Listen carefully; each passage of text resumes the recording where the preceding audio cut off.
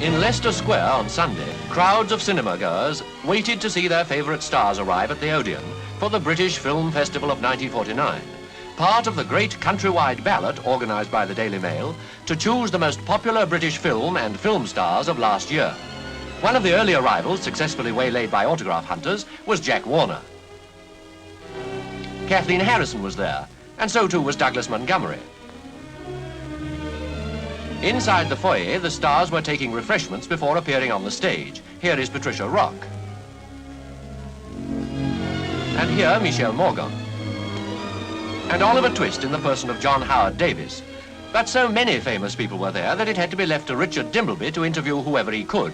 Last year, two of the awards, in fact, the two awards were won by Mr. John Mills and Miss Margaret Lockwood. Now that we've captured you both together and I'm letting you get away for the next 2 minutes or so, can I ask you one or two questions each? Yes. Yes. Now that you're both inundated with silver stars, you perhaps in particular, Miss Lockwood, I know you've got dozens of them. Would you Three. Where do you keep them at home? Well, I know you're not going to believe this. Nobody ever does, but really, cross my heart, I keep them on the television set. Must be a very big set, isn't it? Now, what about you, John? Where do you keep yours? Well, I keep mine on the dining room table. On the dining room table? Yes. Why? Well, I remind myself that I'd better win another one or I probably wouldn't eat. Oh, Johnny.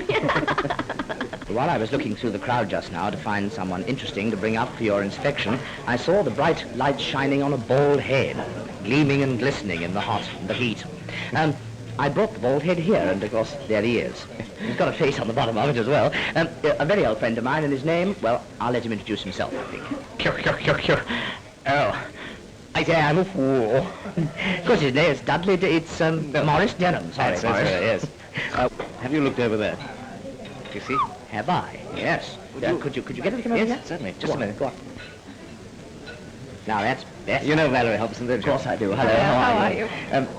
Now, Valerie, please, just one question which is very pertinent to you. May I? Surely, please. Good. It's been noted, not only by me, but by many friends of mine too, that whenever you appear at a film premiere, and indeed whenever you can in the films you're appearing in, you always strike some new, sometimes daring, always attractive note in your curtains. You rather specialise in style and in all sorts of accessories and things, don't you? Yes, I do. Now, I'd like to know, please, whether you plan it and do it yourself, or whether you have some very clever person behind the scenes who does it all for you. And I want a truthful answer. Well, truthfully then, I give a lot of time and thought to my own clothes, and I plan my own wardrobe, but most of my clothes, the very striking ones, are designed by the leading designers in England. I do design quite a lot of my own clothes, but I always plan them anyway. Good. My entire wardrobe myself. May I say the result is delightful? That's very sweet. Now, as always. Thank you very much. And wish you very good luck. And, of course, Maurice, you good luck too. Both of you together. Thank you. When you see the cherubic face of Richard Attenborough, look at him, Dickie, you see before you the everlasting schoolboy. At least that's the way people think of him, I know. And, of course, his guinea pig performance has put the crown on that, I think. Well, did you find it easy to, being 25 or so, do you find it easy to make yourself up to look like a boy of 13 or 14, as you did in the guinea pig?